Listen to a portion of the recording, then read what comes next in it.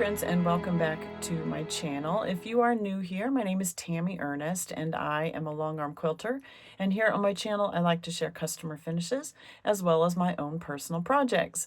So you're going to notice right away I am not in my studio. So this morning I am filming from my home sewing space. So I have a small this room is probably only about 8 by 8. Small little room upstairs that I do my sewing in. And this is where all my projects, my personal projects, come out of. So this has kind of come full circle because when my kids were little, this room, there's no heating and air in this room. We have a two-story home, two-story farmhouse, and the upstairs is a converted attic. And so that's why the slanted ceilings, that's the knee wall in one of the gables. So all four, it's almost, our house is almost like an eye, not an eye, it would be like a plus shape, and there are four gables on, one gable on each side. So I'm in one gable here, and so I do have the slanted ceilings. But for whatever reason, there was no heating and air run to this little spot. So when my kids were little, we have a boys' room across the hall. The girls' room is right next to that in the other gable over there. And I can remember putting my kids down for naps, and I would come in here, and I just had like a plank of wood across some filing cabinets, and that's how I began my sewing career. And actually, with templates, I was first cutting out. I never finished some of those first quilts that I did where I was actually cutting templates out, but that's been, man, 30 years ago, maybe 25 years ago that I first started doing any sort of quilting. And my first quilt, I should have brought it today, but my first quilt that I remember making was a flannel. It was just a 4-patch, and then flannel. It was like flannel 4 patches, and then like some corduroy material, and I laid it out all on the living room floor. I was 8 months pregnant with one of the boys, and I remember crawling around on the floor, laying pieces out the way I wanted, and that's where my quilting journey began. So kind of full circle that I'm back in this area again. I do have my fabric stored in the girls' old room, and I do have a cabinet or a closet. You can't even see. It's on the other side of that wall. There's a closet there that I keep a lot of my pre-cuts, and just make it pretty to open up and look at. But this is my home sewing area. So I have a desk right here. This is an old wooden desk. I love using older things in my sewing room, and I love to decorate just with all kinds of stuff. I don't know. It's a mess in here, so I'm kind of being vulnerable, letting you see in here. But I do have a sewing desk here.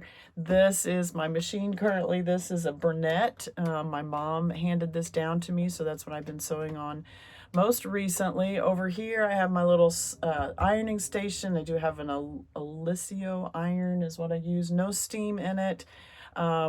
No water in it, anything like that. I don't use that. Just use the hot press from it. And I have my own little, this is a metal filing cabinet. I probably had this since before I was married. And on top of that, I made a pressing station out of some Lori Holt's decorator fabric. And it's pretty worn out. I really need to cover it again, but just made that myself. And my Alicio iron there. Do have my clappers over here. I have a whole stack of the clappers. This is the small ones. These are the Riley Blake ones.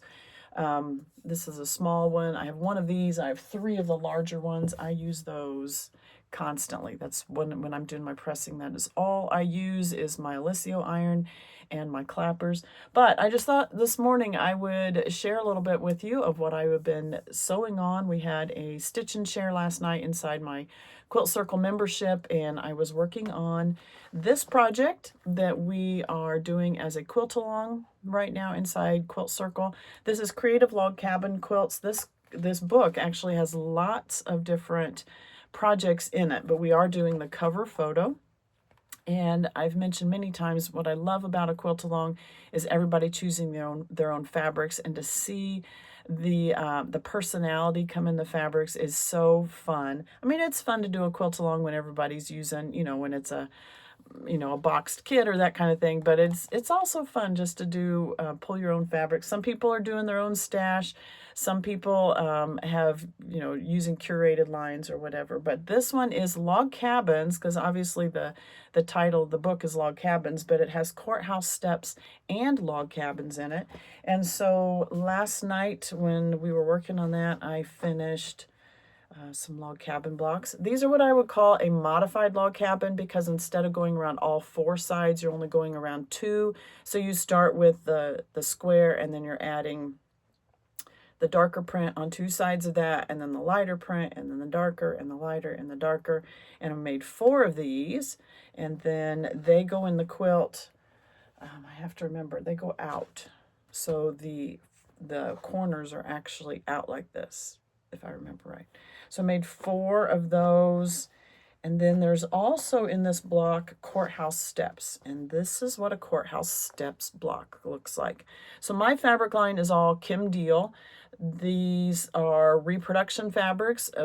Well, I'd say it's a reproduction look. Kim Deal's, a lot of hers are kind of a reproduction type of look to her fabrics. This is also one of her background prints, so I'm using all of hers. I started with fat quarters and then did have some yardage of the background fabric. And this fabric, to be honest, I don't know if that's a Kim Deal. I'd have to look at the selvage on that. But this darker one, I did have some yardage of that one is also for the requirements for this one. So a courthouse steps, very similar build, I guess, in like a log cabin block, except, I mean, a little different, but you're continuing to build. So you start with the center square. All of my courthouse steps have this maroon, deep red color in the center of it. Then you add 2 of your background prints, and then you add 2 of your printed fabrics, background, printed, and that's how you're building it that way. So in the log cabin blocks, you're building them on the sides. You're connecting those two. So these two are connected, if that makes sense. In a courthouse steps block, you're actually, the pieces that you're doing are on opposite sides of it. And so there are 4 of these. One of them is still underneath. One of them's over here. And the 4th one is still underneath my bed of my machine. So there's a 4th one. The 4th one is over there. So for these, I thought I would show you how I have it all laid out. I did, so our plan for this one is the first month that we did was June. First month that we did a block was in June. And I told everybody just to do 1 block that month, just to get their feet wet, you know, figuring out the whole system, how it all goes together. After that, every block is the same. So after that, we've done 2 blocks in July, 2 blocks in August, and we'll do that for a couple more months until we have the total of 9 blocks. And then we will put it together. Let me show you on the cover. These stars are created in the sashing, and so the block is right here. And I do think I've shown you a couple of my finished ones. I'll just hold those up real quick, and then I'll show you how I've got everything laid out. So these are some that are finished.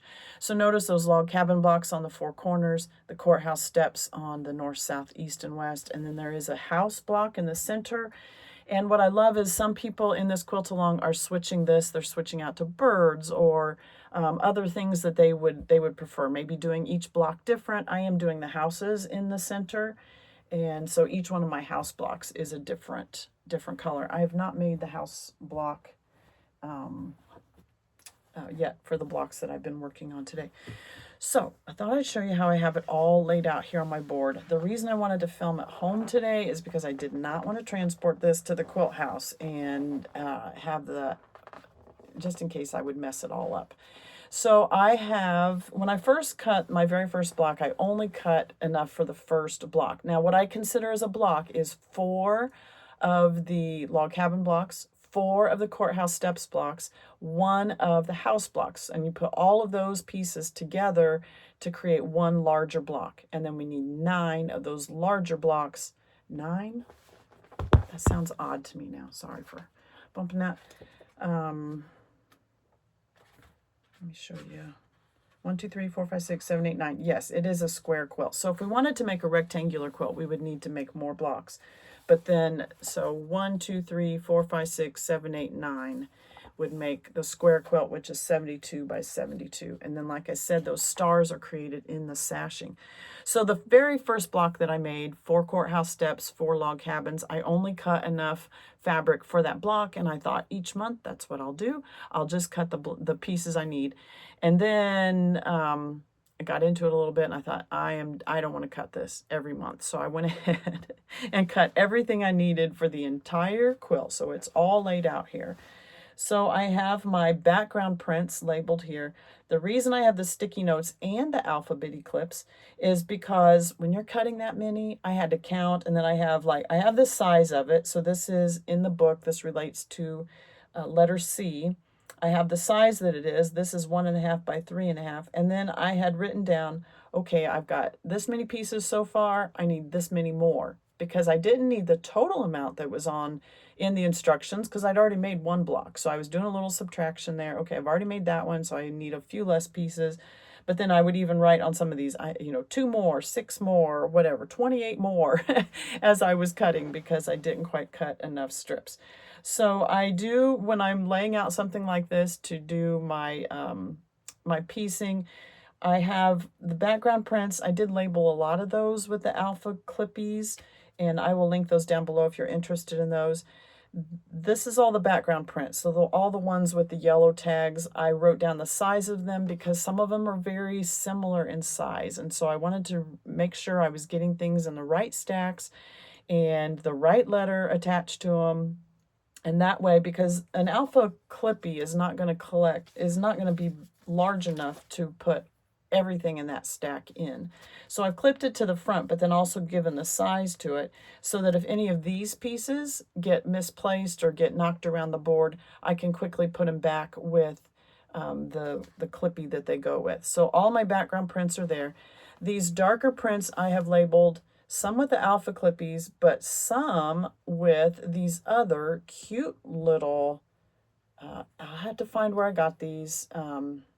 I can't remember the name right off. I think these are so cute. So they're like vintage typewriter things put on big old clips. And I keep these in right up there, there's a metal little sifter cup. It's an antique sifter cup.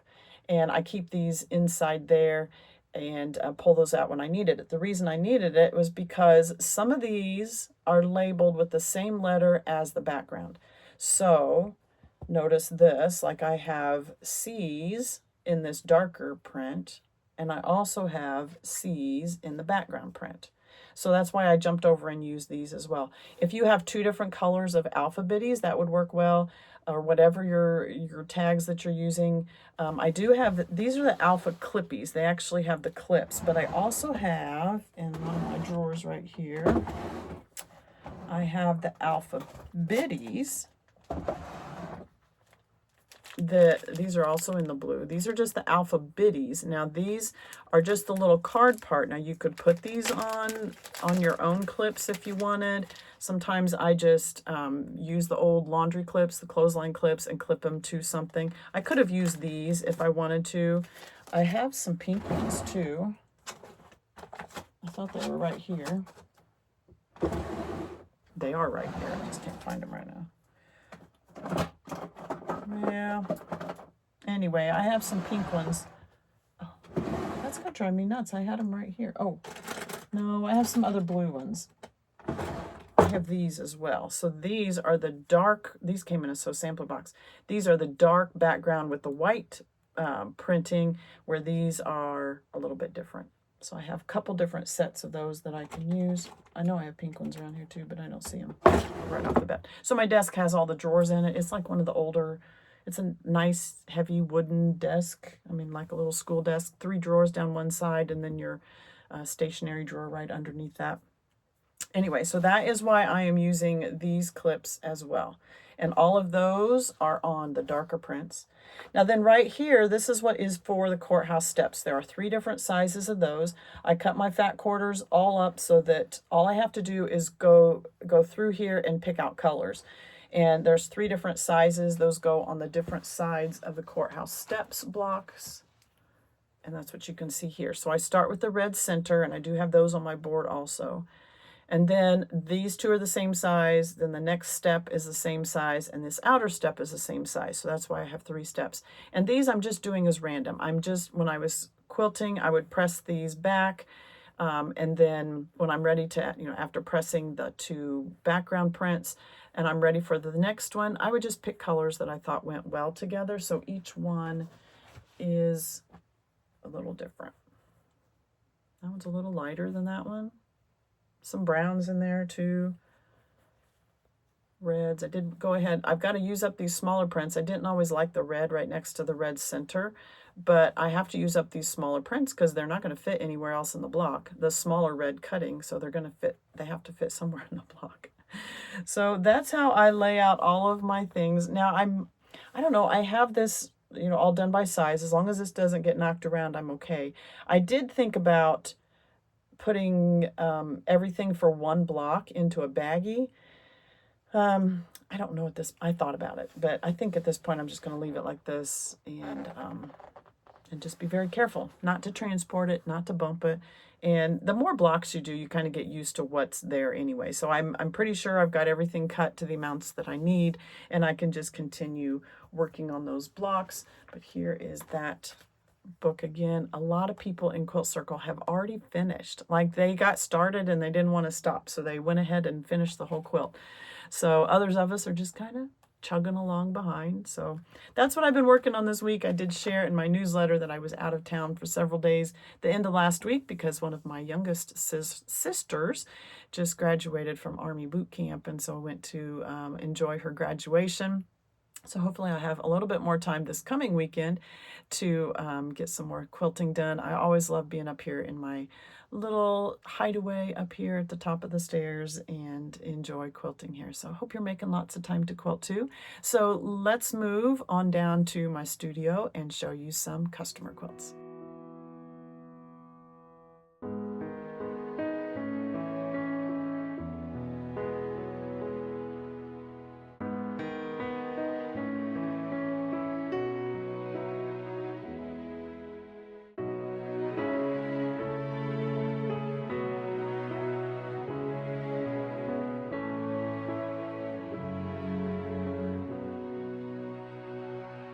So sit back and enjoy because I have 6 projects from Glenda. Everyone is gorgeous. You're going to want to see every one of them. This first one is a Bargello bed runner. So she did get this from a free pattern on a website called Ready and Thriving. I have linked that as a YouTube video down below. There is also a Donna Jordan tutorial from many years ago that you might want to check out also if you're interested in doing a Bargello. So Bargello creates this whole color wash effect, this optical illusion that things are moving and swaying back and forth. This is all done in straight line piecing, but how it is done with different size blocks. And let me show you a little bit of that. So you can see that these strips in here are much smaller, and then it gets larger, and I have never attempted a Bargello quilt of any kind. A bed runner may be a little bit easier to get your mindset around as you're first starting out, but there are books about Bargello quilts if this is really an interest of yours. So Glenda did use some stash fabric that she had. She said it was a jelly roll from her stash, at least 5 years old. They are all batiks, and there is some white then in this part of the quilt, and that is a cotton that is a tone-on-tone white, but everything else, batik fabrics that she says was a jelly roll from her stash. And I'm intrigued by the whole color, how it moves from the greens, the blues, the purples and pinks, then you hit the white, and then you have the oranges into the yellows, and then into the greens and the oranges and the blues at the end. Incredible. It's just something I've never attempted, but if you like that, you're going to want to watch these videos as well as get your hands on some of the books that are out there about them. And then on the back, she just asked for a muslin on the back, and that is something that I carry in my studio. The measurements of this quilt are 31 inches wide, so this way, and then 88 inches lengthwise. So what you can do with something like this is lay it over the edge of the end of a bed, and it just makes for a pretty decorative statement. It's not that you can use this to lay down with or anything, but it makes a nice decorative statement over the end of your bed. So very, very beautiful. For the pantograph on this one, Glenda did ask for cold fusion, and that's what this looks like. So if you're familiar with iCat, it kind of looks like iCat in some ways, or there's another one that kind of not woven wind, but there's another one that kind of has this shape to it, but without the beading in it. And so that's what makes this one very unique, is that you've got the teardrop pear type shape, the the swirl there, but it all comes to a point so you can see. But then inside that you have the beading that is done through there. This would work great for any nautical quilt that you have, something like that also. So this one is very interesting in watching it stitch out, because a lot of times when the circles like this are done, if you're doing hand guided, or even if you're, sometimes you'll watch a pantograph stitch out that has the circles in it, it'll do almost like half of the circle, so half, half, half, half, and then it'll work its way back around to do the other half. This one wasn't like that, and actually if you get in close, you can see this circle is attached to this line, so it would come in and it would do this circle, and then it would come down and do this circle, come down and do this circle, and then finish the spike to it. And then on the way back up, it would do the circles that were in between. See how those circles are attached to this line. So very interesting. I love to see how designers come up with a way to travel without making it totally noticeable, without having a lot of back stitching or over stitching on things. And they did a really nice job on this one. I did purchase this one on Urban Elements. It is available other places as well. The quilting right here is very dense and very tight. If you liked this more open, you would need to open your design up, you know, this big if you wanted it more open, but you've got a lot of density in here anyway. So it is able to be made much bigger, maybe only doing one pass across your quilt. It does do the zigzag fashion so that way the rows above and below can nest in very nicely.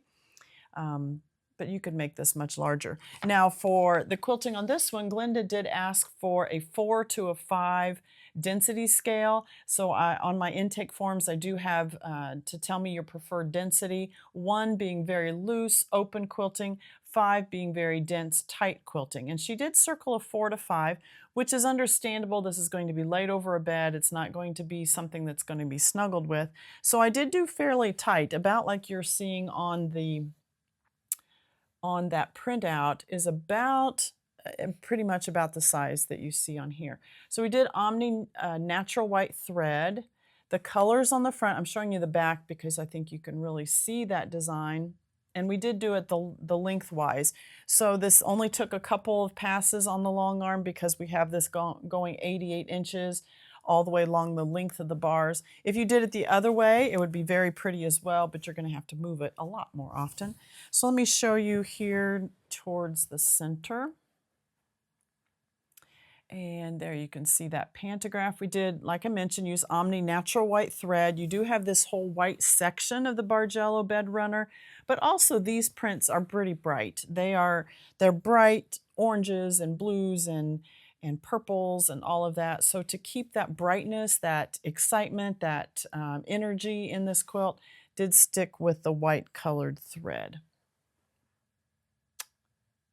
And just very beautiful. And then let me show you on some of the quilts. So do you see how some of those piecing, even though they're all rectangles, some of them are much smaller, and that's what's creating the whole optical illusion that things are moving and swaying and all of that.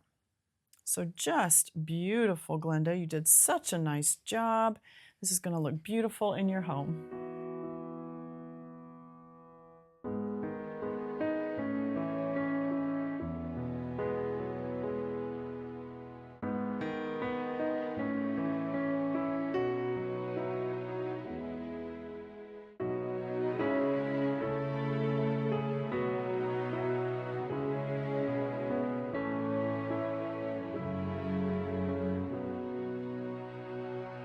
Glenda's next project was a patriotic quilt. This pattern is called Old Glory for Dean. This is done by Lisa Sutherland. Now I know at one time this was a free pattern because I have done these in the past for other clients. I was unable to find that free PDF for you this time. The website for this designer, Lisa Sutherland, it says that it was being revamped. Everything was taken down until they revamped the website, and it was supposed to be back up July of 2026. I would go ahead and check it now. Perhaps that is back up at this time. At the time of filming, it was not there, and I was not able to find this anywhere else. If you are aware of where this PDF can be found, then please let us know in the comments so others can find that also. So a patriotic quilt, I love this one in that the union is over to the left-hand side. It starts out small at the top, increases here. So it starts out with 1 star, and the stars do alternate. So you see 1 star, 1 star, 2 stars, and then those 2 stars alternate this way. In the longest part, we do have the 3 stars in a row. Here we have 2, 2, back to 1, and 1. And then on this edge, the stripes are the same. 1 red stripe, 1 white stripe for each row of stars. So very big piecing. I'm sure this goes together very quickly. You see the stars are done with the center being white. These are done as flying geese units on the sides, and then you have squares that are just solid colors. Now, Glenda has done a pattern, but what I mean is it's just 1 square here in the center separating those stars out. And then the fabrics that she has used for the red and white, the red is a solid. The white is a tone-on-tone. And then around the edge, she has done a darker blue border just to finish off that quilt. Her backing fabric matches the blue union that is behind those stars, and it is an Essentials. I believe it was an Essentials. It's blue Essentials. Those are done by Wilmington, if I remember right. I was unable to find this exact fabric, but one similar is listed down below for you to take a look at. And so the blue is very pretty on the back. For the pantograph on this one, she wanted something that made the flag look like it was waving. So we went with Cindy's Water. Now, Cindy's Water is in some ways similar to the Good Vibrations Offset, if you've seen me use that one in the past. Again, it's just giving that waving movement. And notice that the waves are not the same width apart all the way across the quilt and coming back. You have some skinnier parts, you have some open parts. This is a pantograph that goes left to right and then comes back right to left. It does that entire section. The section that you are seeing in the dark color is 1 pass across the quilt, meaning it goes down and back, down and back.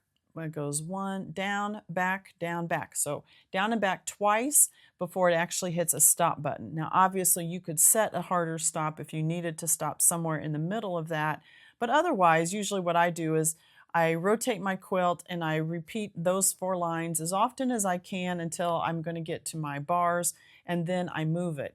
Now, a trick with this one, because we don't have any sharp points in this one, any specific points to match up when you're rotating your quilt. So to do drag and drop, I don't have a reference point on here that it's at an exact point to reference. So when I do my drag and drop, I say I've filled my quilt space and I need to rotate my quilt. I will find a spot on my pantograph, usually that has a point to it. So let's say this Cold Fusion that I just used on this last quilt. I might set my drag and drop right here to this point, and I would set my drag feature so my computer thinks I'm there all the time, and then I would rotate my quilt, and then when I line things back up, I would come back to that same spot to do my drop feature, okay? So I would line my needle right back up to this spot on my quilt, and then I would hit drop on my computer, and now my needle and my and where I'm at on my quilt and where my computer thinks I'm at are all the same again. But when you're coming to a quilt like this, I do not have any specific points to match up. So what I will do is somewhere on this bottom line, any place where it crosses a seam in my quilt. So say I'm rotating, I just finished a row here, and this, let's say this point right here, notice that there's a seam right here. This point right here that's on the bottom row of this quilting, the last row that I did, where it crosses a seam in my quilt, that's where I'll pick to do my drag and drop, because I know it's a specific point on this curve. I can't tell where that is on a printout. I can't tell where that is on my computer screen, but on my quilt top, I can tell exactly where that last line crosses a seam. So I will hover my needle over that spot. That's when I'll hit my drag feature. If I need to mark that with a pen, I will. My computer is going to keep track of it because I have the drag feature enabled right there. So it's the highlight or the cursor, they still call them cursors, is going to stay right there where I have the drag feature enabled. So then I will rotate my quilt, leaving this enough below those back bars so that I can see that point. When I have everything pinned and straightened and lined back up, then I will bring my computer, my needle back over that exact spot. Either I've marked it with a pen or I just have left my computer in line with it, is usually what I do. I don't move my computer side to side. I just rotate the quilt with my computer, the long arm just still sitting right here. But sometimes if I'm afraid I won't know where that spot is, then I will mark it with a pin just to be sure. But otherwise, then I bring my computer back to that exact spot and then hit my drop feature. And again, my computer and my needle and my quilt are all lined back up. So that's how I do that if I have a design like this that does not have specific points built into the pantograph. So here is a printout of what the whole quilt looks like. Pretty simple. And I hope I can find that free pattern for you. Old Glory for Dean is what it was called. The thread on this one is the Omni Natural White thread. Again, because we have nice white stars in this one, we have nice white stripes in this one, and the white on the darker part just adds to that effect that it's moving and flowing and waving in the wind. So you can see those on there. Really like that effect. Very pretty. So it does say water, but it doesn't have to be water. Here we're making it look like wind. So, sometimes you have to look through pantographs and not be distracted by the name that it gives it, because not always does the name match what you might be using it for on your quilt, and you don't want to get stuck in that box. So you don't have to just look for water. If you're needing a water pantograph, you might also search for wind. But the other way around too, if you're needing wind pantographs, you might not always have to put in the search word wind, because this one says Cindy's water, so in a search it's not going to bring that up. But if you put in water, even though you're looking for wind pantographs, sometimes you can find some designs that don't necessarily have to be water. They could be used for wind as well. So that is Glenda's second quilt.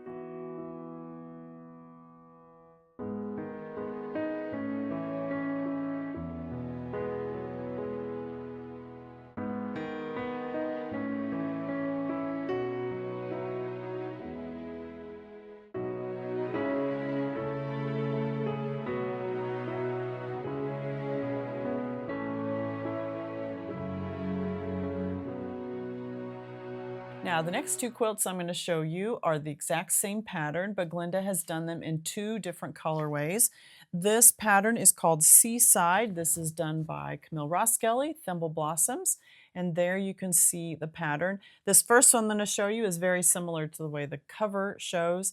This quilt measures 72 by 72. The pattern does come with also a small, what does it say? A mini pillow or quilt also, and you can just barely see that right here shown. So the exact same pattern, it just gives it to you in a smaller shape so that you can make it for a pillow or a wall hanging. So 72 by 72.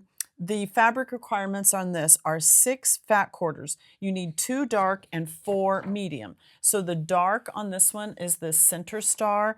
The mediums are these other blues that you are seeing around here. Then you also need a 1/2 yard of white fabric. Now I do believe in the pattern, let me show you on the pattern where the white fabric is. So see in those squares you have 8 squares that are white, and then you also need 2 yards of a light background fabric. And so what Glenda has done is the same. The background are these diamond shapes here that are more done in a gray on this quilt. What Glenda did is she did the same fabric that is called for the white and the background print. She used that same one, so which is this white with the blue polka dots, and you can see that in her squares, that's what she's used, and in these diamond shapes, that's what she's used around the outside edge. Any place where there's gray, then Glenda did that same background print. So you can, make your own improvisions, which I think is really wonderful. There is a border around the outside edge, and that is, for Glenda's, she chose even a darker blue, which is this blue stripe that's in this line. This line is Nantucket Summer. Nope, this is not Nantucket Summer. This is Shoreline. This is the Shoreline fabric from Camille Roskelley also. All right, and on the back, she used a very beautiful blue. This is called Nantucket Mist. Let me make sure I get that right. Yep. This is a Shannon Cuddle done in the colorway called Nantucket Mist. So it is that blue color. It's just a very gorgeous color on there. And that shows off the pantograph very nicely. Now I think you can see the pantograph pretty well on the back of that quilt, but I wanted to show the printout as well, a little easier to see. So this is called Paper Blooms, and this is a pantograph done by Julie Hurt. And Julie does have an Etsy site. She also lists down here juliehurt.com. Her Etsy site is called 627 Handworks. I've mentioned many times I really like Julie's pantographs and use them quite often. So this one is called Paper Blooms. It's made up of 2 blocks, if you want to say. You have this round circular one, very similar to an orange peel. And actually the other one looks like an orange peel. It's almost like you're taking the orange peel apart and using it as 2 separate pieces there. So that is the 2. They just alternate back and forth. When you bring this into Pro Stitcher or your own digital program, it will stack the X parts on top of each other and the circles on top of each other. So what you have to do at that point is go into horizontal, and at least on Pro Stitcher, this is how it's done. You go into your horizontal, you go to the wrap feature. Is it wrap feature? Yes. Sometimes when I'm not in front of my computer, I forget what it is. There's basic, and then there's wrap.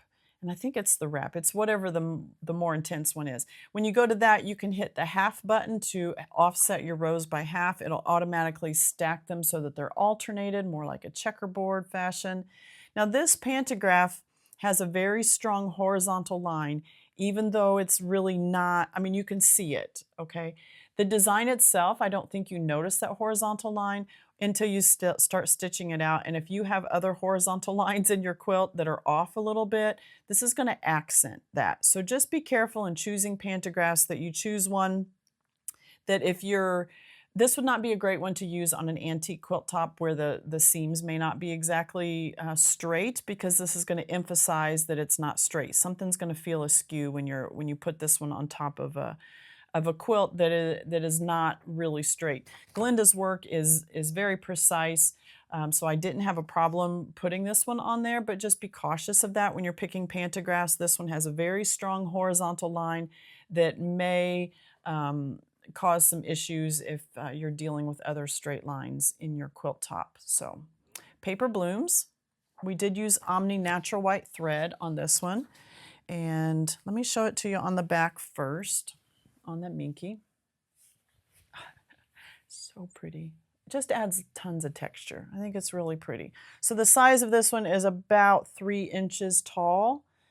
And notice my spacing in between the rows. Try to keep it very symmetrical or very similar to what it is in between the rows.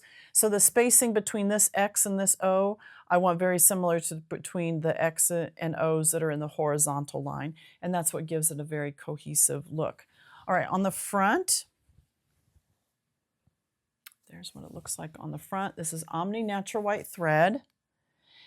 Now, this is a pretty distinct and darker minky color. And I was using white thread on the front. We do have a lot of white areas on the front. Now, you do have some white with the blue polka dots in here, so it's not totally white. What I have been doing most recently to try to keep from the minky fibers pulling through to the top, which is a common issue when you have a very distinct difference between the quilt top colors and the bottom color. Now this color blends perfectly with the quilt top. It matches perfectly with the quilt top. Our difficulty comes in when we have a white fabric with a very darker color on the back. So what has been working for me most recently is to use several things. First of all, using Warm and Natural 80/20 batting. The reason I use that is that it does have a scrim in it. A scrim is an additional layer in the batting that is there to give it some more structure, some firmness, but it also acts as a barrier. The Quilter's Dream batting that I normally carry, their products do not have scrim in it. There is only one product that does have a scrim in it. I have not tried using that one with quilt tops, and perhaps that's could be a good test for me, I guess. But the 80 or the Warm and Natural products, almost all of them have a scrim in it. It is a natural scrim from what they say, but it is a scrim. So it's an extra layer that's a little tighter woven that provides some more stability to the batting. What I have been doing, not only with that batting, using that batting, but also flipping that batting over to what I would normally say is the wrong side. In my research, and this is, I think I misstated this on a video recently. In my research, the scrim is on what I would say is the bottom of the quilt, okay? And so if I, bottom of the batting. So when they lay out a batting, most batting is needle punched, meaning they lay out the batting, the fibers for the batting, and they do a whole bed of needles that is punched down through that those layers of batting material that they're using, whether it's cotton and polyester, whatever it is, that is needle punched down to keep all of those together. And by doing that, then that's helping us so that we no longer have to stitch so close together. We can have wider places. You know, if you remember in the day, there was a day where it's like you would buy battings and it would say you could, you know, don't stitch any farther apart than 2 or 3 inches. It's because that batting was not done in a way that it was held together. And if you did much larger areas than the batting, and have you ever had a quilt that the batting inside of it just kind of gets all balled up in those areas? And so batting quality has increased as well, and part of that is doing the whole needle punched where it's now keeping all those fibers together. So normally when you look at a batting, you will see what I consider the top, which when it would be laid out, the top would be where those needles came down through. So you're going to see tiny little holes going down into that batting. If you flip that over to the other side, you would see those same needle punch coming up because those needles are going down through it. So on the bottom side of it, you're seeing it splayed out a little bit. And my understanding is that scrim is put on the bottom, the batting fibers are laid on top, and then it is needle punch so that scrim is under here. For whatever reason, I have found that if I flip that over so that the scrim, instead of being against the Minky, is actually against the back of that quilt top, then those Minky fibers, if they are coming through, they're making their way through the batting, but they've got, maybe they're slowing down, I don't know, as they're coming up through that batting, but then they're hitting that scrim on that side, and it's giving just an extra little bit of protection before it comes through to the quilt top. I don't know the science behind that. I don't know. I'm just trying different things, trying to get different things to work so that we can use these beautiful, deep, rich colors on the backs of some of these quilts that have white or lighter colors on the top. I have found that that has been helping. So flipping that 80/20 batting to the wrong side so that the wrong side of the batting is actually closer to the quilt top and not right against the Minky. The other thing, use a polyester thread. These are polyester fibers. I have learned that using the polyester thread is what is the best. I use Omni, which is a polyester-based thread. The third thing that I have done is to use a smaller needle.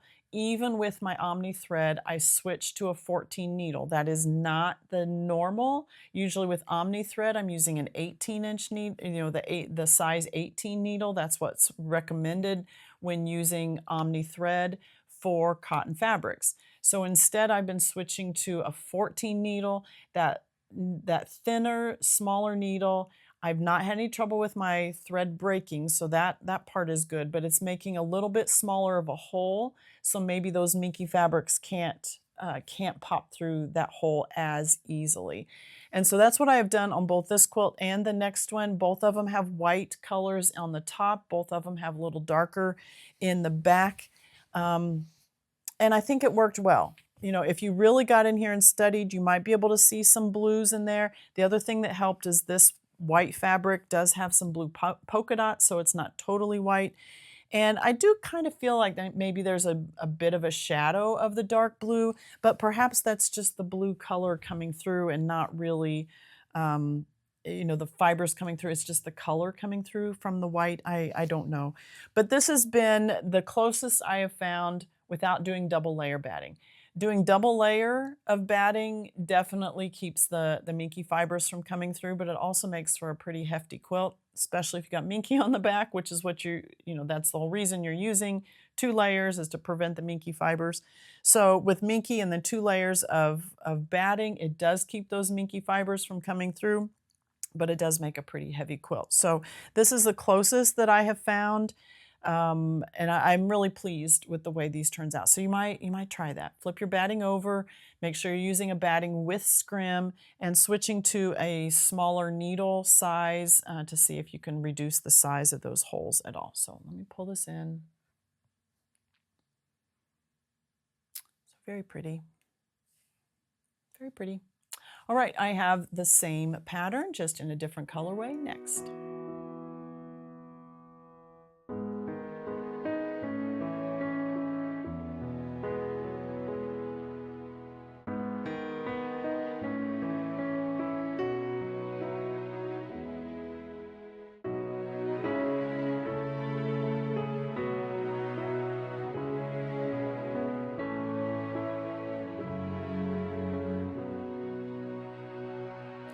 So Glenda's second quilt done with the Seaside pattern. I'm not sure if I told you the name of that earlier. The second pattern done with the Seaside, the second quilt done with the Seaside pattern is also using Shoreline fabrics, but these are using the greens from the Shoreline fabric line. So the very same. Now this one, she did use white. Let me pull that in and show you real quick. For these white squares there, she did use an actual white tone on tone.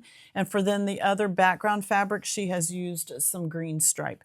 And I've noticed in some of these, so here she has the 2 white squares, and then she also did it on the side. Now notice in the pattern, that background fabric is on the side, and the whites are only in those 4 blocks, those four patches. So Glenda has taken, again, some liberties to herself, probably using the fabrics that she has. Perhaps she didn't have enough of this green stripe to do all of the background fabrics in that, or maybe she just liked the look of it better with the white. This is just the white. This is also part of that same line, that Shoreline fabric line. It's the white with the white polka dots, where the blue one had the white with the blue polka dots on it. And then she has the green border around the outside edge. Very pretty. Looks like she's added a little bit of another fabric that is not part of the Shoreline fabric, but adding that in there to finish off the quilt. Gorgeous. Just really, really pretty. Then the Minky that she put on the back of this one, let me find the name of this one. I believe this is called Emerald. Yeah, Emerald. So a little darker green. Very pretty. Nice rich green color. And then you can see the pantograph that I chose for this one. Glenda said, you know, surprise me, whatever you think. And so I picked wishbone on these. And let me show you wishbone on the front. Lots of nice texture on these. I love the texture on the Minky also, but we got lots of nice big open areas too that really show some nice texture in there. This is the Omni Natural White thread also. And again, with that really deep Minky color on the back, I think it really, doing those same tricks that I just mentioned, that's all I did. And it still looks really good. So here is wishbone as the printout. This one, when you pull it into your Pro Stitcher or your digital program, the top of this wishbone is going to be all the way down here below this wishbone. This actually is the same. You don't have to offset these because this row and this row, see how they're stacked right on top of each other? It's the same row. It's built into this whole zigzag thing so that they nest very nicely together.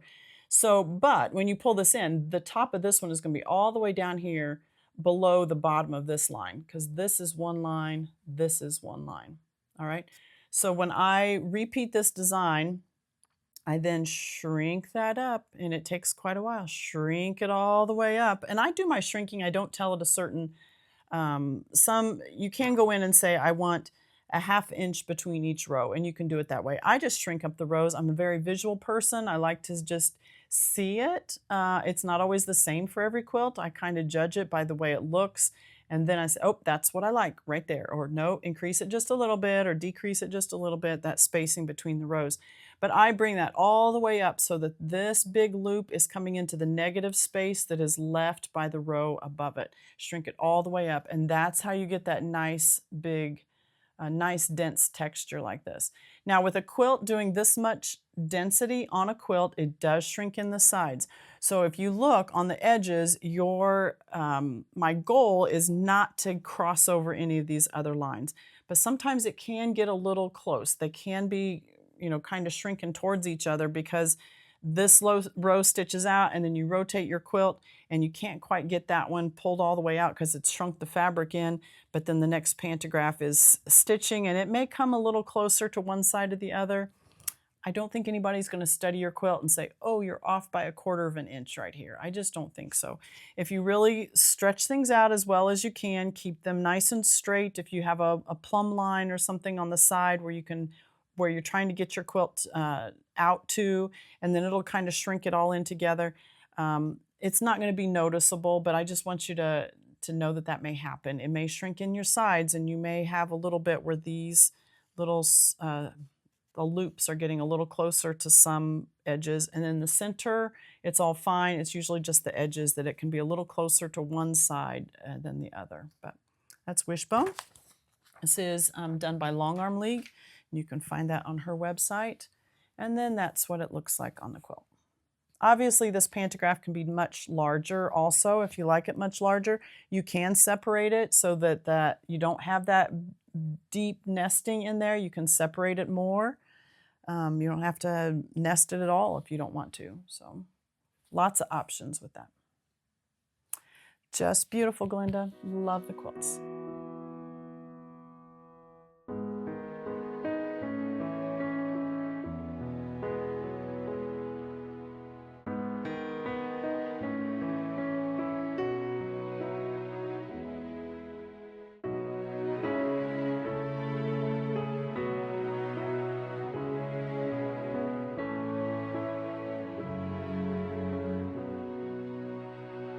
So the next two quilts of Glenda's, they're both the same colors, and I have them stacked on top of each other, so they may be blending a little bit. I'll try to hold this one.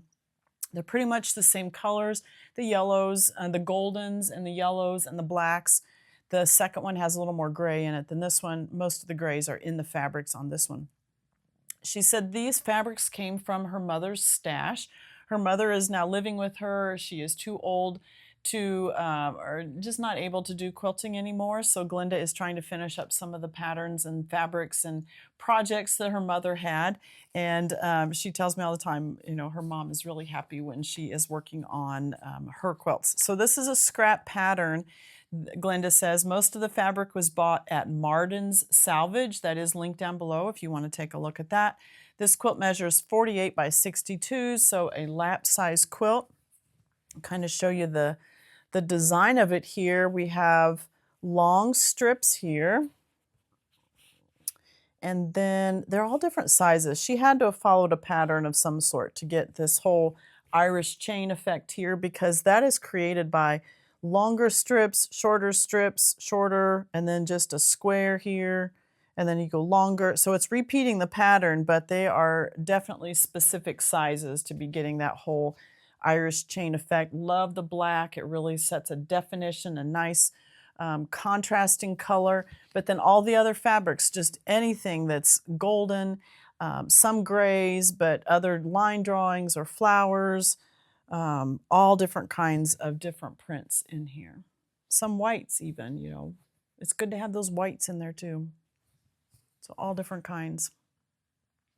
For the backing fabric, she sent along this Minky. This is in the Sunshine yellow color. Very fun. Very pretty. Now for this one, again, I was choosing the pantographs on these. I really took my inspiration for the pantograph choice from the flowers that I was seeing in these fabric lines. So notice here, I have some nice flowers here, and also I almost did a paisley because this print here has paisleys with this flower in the center, but in the end I chose just the flower pantograph itself. I thought that really went well.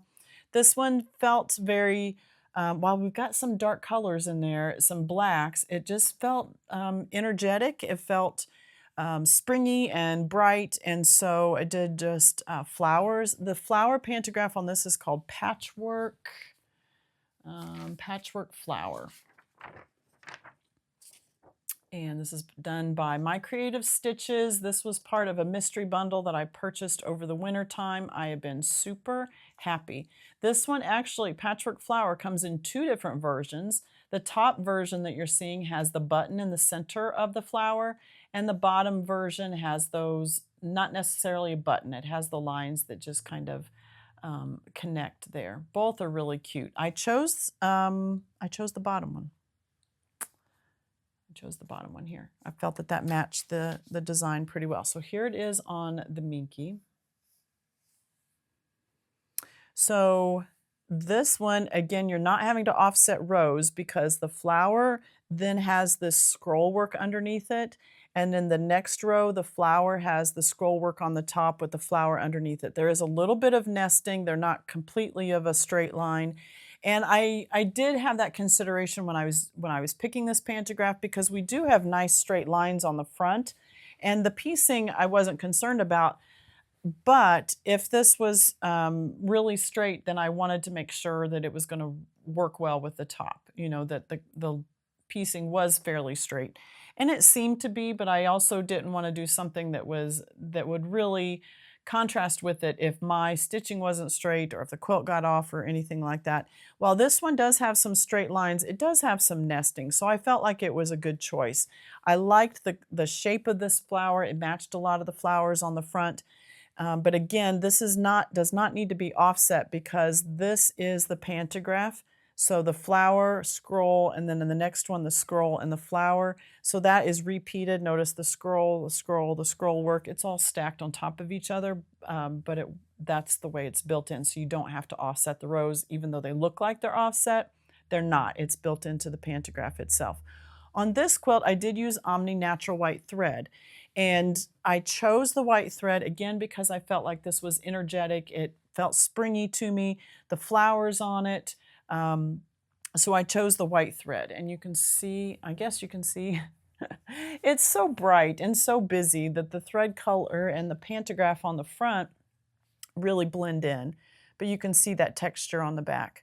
But I did choose the white because I felt like with this quilt, it was energetic and springy, and I wanted to keep that feel with it. With the next one, I actually chose gray, and I'll explain why I did on that one, even though the colors are very similar. So this one is the Omni Natural White, the Patchwork Flower Pantograph, and an unknown pattern, but it uses lots of scraps, and it's really, really cute.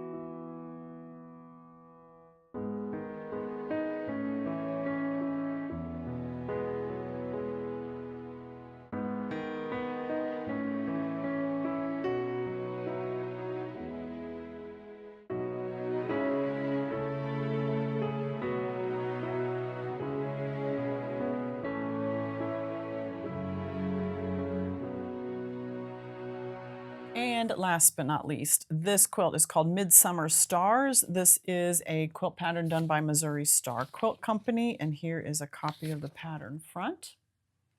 And Glenda has made it pretty much the exact colors, not the exact fabrics, but the exact colors that are seen on the pattern. She did increase it. The pattern calls for a square finishes, if you do it the way the pattern says, it finishes at a square 70 by 70 quilt. And Glenda did add an extra row so that hers finishes at 70 by 84.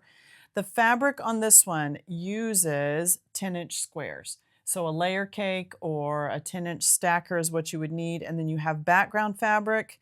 And the finished block size is 14 inches. That's why when she did an extra row, it ended up at 84 inches long and 70 inches wide. Now, in studying this one, it was very interesting because the stars, they almost look like flying geese units, but notice they're a little elongated. And I know there's a name for this star, but in Midsummer Stars, I don't know that that's the, I don't know. Maybe that is the traditional name of it, but they're elongated on the what would normally be the flying geese unit. You know, they're elongated here. So in looking at this, the way this is done, this one is not one block. This is actually 4 blocks that are half square triangle blocks that does have a sashing around it. The stars are created. So let me back up. This is a 4 patch with half square triangle units. There is a border around that, which is the same color as the background fabric. The stars are created in the sashing. So this sashing here is one piece of sashing. It ends right here at the bottom of this black line right here. This is one piece of sashing and the end of it is right here. So you have a strip of yellow in the center with an angle right here. It looks like a 60-degree angle, you know, a common angle, but it's elongated down here. It's not right to the edge of the fabric. So I do believe it says you do need a clearly perfect slotted trimmer A ruler. And so I assume that's sold by Missouri Star, but you do need that for this quilt. And I'm assuming it's so that you're trimming this up and doing those angles correctly. So here is one piece of sashing, here is the other one. Same thing is done this direction, and so when they meet up, this one is longer than the horizontal sashing strips are longer than the vertical sashing strips. So when those meet up, it's creating that star in the center. Very unique, very unique. I love the gold, and maybe they're Purdue fans. Iowa, you know, Iowa Hawkeyes, whatever. So this yellow color is, let me look this one up real quick. This is the Shannon Cuddle Minky in the golden color. So different from the last one that had the sunshine yellow fabric. This is the golden color. Very pretty also. And that shows off the pantograph very nicely. This pantograph is called Doubles. And let me show you what that printout looks like.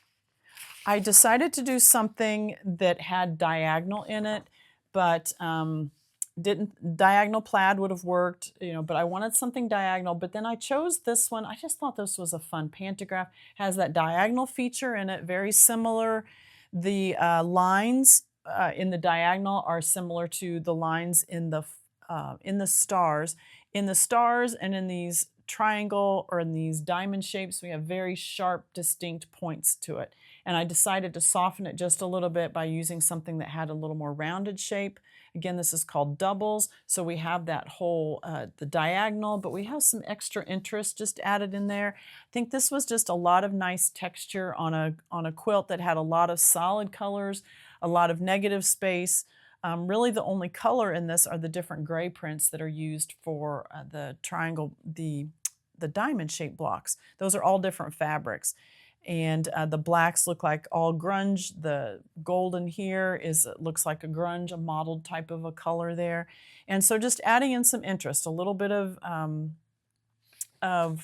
some texture, but also a little bit of a design feature with the doubles in there. So let me bring this in. Now this is the one that I chose the gray thread on. And I felt like the tone of this one was a little more subdued. The other one had, the fabrics on the other one were flowers, they were bright, they had some whites in there. This one has very little white. If any, it's just in some of the gray prints, some little bits of white in there. So I thought the gray fabric, the gray thread went with the tone of the quilt better, and also kept this one from being too bright on the darker fabrics. In this quilt, we have a lot more of the black fabric. The other one, it was just smaller black squares. This one, we have a lot more of that black area, by using a gray on here, it reads lighter. This is a gray, but on a dark fabric, it's going to read lighter. If I had used a cream, it would have been even brighter. If I'd used a white, it would have been even brighter still. So by doing a gray is a neutral. It kind of sticks with the deeper tone, the more subdued tone of this quilt, but still the quilting shows up nicely. With this one, again, I use the colors of this one are very similar. So notice the color, by that I mean the color on the front, very similar to the color on the back. If there are pop throughs in this thread line, you're really not going to notice it because the colors are very similar. But I still went ahead and did the same thing. Flipped the batting over, used the 80-20 batting, and also went with a smaller needle. And then, you know, it's pretty easy after that. Everything just works very nicely. So just some beautiful, beautiful quilts by Glenda. She has been very busy, and I sure enjoyed working on each one of them. So I hope you enjoyed those quilts by Glenda. I always love working on her projects, and she just does such a great job. I love that she's finishing some of her mom's things too, now that her mom is not able to finish those up, and she's such a sweet, sweet lady. So hope you enjoyed those. Hope you're making lots of time to quilt, and I will be back here next week because every quilt is worth finishing. We'll see you then.